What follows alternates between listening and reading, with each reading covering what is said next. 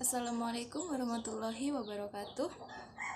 Di sini saya akan mempresentasikan makalah saya dengan tema model evaluasi dalam pengembangan kurikulum.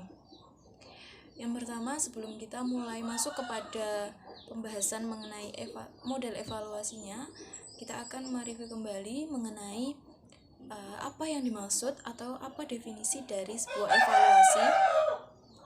Kemudian apa tujuan dari evaluasi tersebut.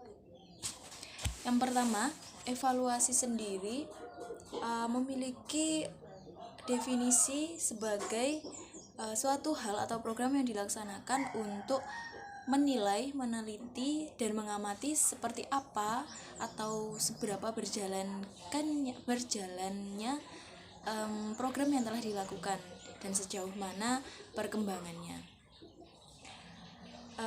Jika menurut beberapa ahli, evaluasi sendiri memiliki beberapa makna. Yang pertama, menurut Gilbert Sachs, bahwa evaluasi dimaksud sebuah tes. Jadi yang mana tes ini lebih menekankan sebagai suatu tugas yang nantinya dari tugas tersebut akan menghasilkan sebuah hasil penilaian. Nah, hasil penilaian tersebut nantinya akan dijadikan bahan pertimbangan untuk lebih mengembangkan kurikulum. Kemudian yang kedua, menurut Anthony J. Nitschko, ia menjelaskan bahwa evaluasi dimaksud sebagai penilaian atau proses pengumpulan informasi, sehingga dari informasi yang didapat tersebut akan diolah dan dijadikan sebagai bahan untuk mengembangkan kurikulum. Sehingga dari beberapa hal di atas dapat disimpulkan bahwa tujuan dari suatu evaluasi sendiri yang pertama adalah perbaikan program.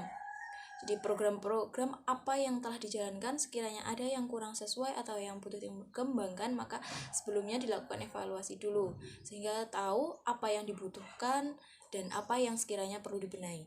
Yang kedua, yakni pertanggungjawaban kepada berbagai pihak, sehingga evaluasi tidak hanya milik individu yang mengevaluasi, tapi hasil dari evaluasi nanti dibuat sebuah laporan yang akan dilaporkan pada pihak-pihak tertentu, misalnya pada pemerintah, kemudian pada penyelenggara lembaga pendidikan, kemudian masyarakat hingga orang tua dari siswa. Kemudian yang ketiga, yakni bertujuan untuk penentuan tindak lanjut dari hasil sebuah pengembangan. Jadi penentuan tindak lanjut hasil pengembangan adalah jika hasil dari evaluasi sudah keluar, maka nantinya akan dijadikan tindak lanjut rencana ke depannya gitu. Kemudian agar evaluasi berjalan dengan lancar, tentunya evaluasi juga harus memegang beberapa prinsip.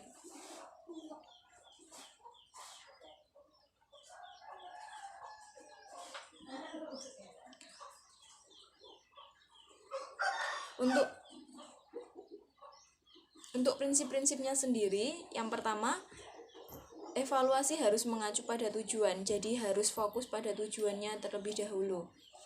Kemudian bersifat komprehensif atau menyeluruh, jadi tidak hanya satu hal saja yang diamati atau yang dinilai, tapi dari berbagai aspek. Kemudian yang ketiga, harus dilaksanakan secara objektif. Dalam hal ini saya hanya bisa menyebutkan beberapa model saja, karena sebenarnya ada banyak model dari evaluasi. Yang pertama adalah model Taylor. Model ini dibangun atas dua pemikiran. Yang pertama, evaluasi tersebut ditujukan pada tingkah laku atau sifat dari peserta didik. Jadi fokusnya terhadap perubahan tingkah laku dari peserta didik. Yang kedua, fokusnya yakni evaluasi harus dilakukan pada tingkah laku awal. Jadi tidak boleh dilakukan setelah adanya perubahan, tapi pengamatannya dimulai dari awal suatu dari awal pengamatan. Jadi mulai dari awal proses pembelajaran itu sikap tingkah laku siswa harus sudah diamati. Model yang kedua yakni model yang berorientasi pada tujuan. Model evaluasi ini menggunakan tujuan-tujuan tersebut sebagai kriteria untuk menentukan keberhasilan. Jadi dilihat dulu apakah tujuannya sudah tercapai atau sudah sampai apa belum. Jika tujuan tersebut sudah sampai, tujuan dari pembelajaran atau tujuan dari pengembangan kurikulum tersebut sudah baik atau sudah sampai, maka program tersebut dianggap sudah berhasil. Yang ketiga, model pengukuran. Nah, pengukuran yang dimaksud yakni pengukuran yang digunakan untuk menentukan kualitas dari sikap objek. Jadi hampir sama dengan model Taylor yang tadi, dari model Taylor yang pertama.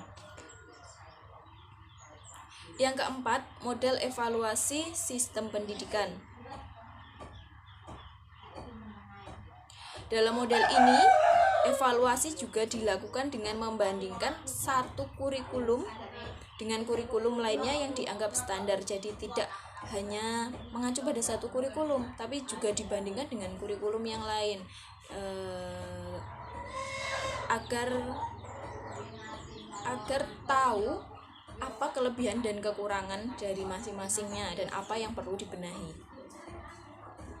Kemudian yang kelima, model illumination. Pada model ini lebih didasarkan pada judgement atau pertimbangan yang hasilnya digunakan untuk menyempurnakan suatu program. Dan yang keenam adalah model responsif. Model ini sebagaimana model illuminatif atau illumination tadi. Jadi hampir sama dengan model illumination. Kemudian untuk kelebihan dan kekurangan masing-masing bisa dilihat pada tabel yang sudah saya lampirkan dalam makalah. Kemudian yang terakhir, model evaluasi apa yang dirasa sesuai digunakan pada sekarang ini? Nah, ada 3 model. Dalam referensi yang saya baca ada 3 model yang sesuai untuk dilaksanakan. Yang pertama model evaluasi illumination, yang kedua model evaluasi yang berorientasi pada tujuan, dan yang terakhir model evaluasi sistem pendidikan. Akan tetapi yang lebih diutamakan adalah model yang berorientasi pada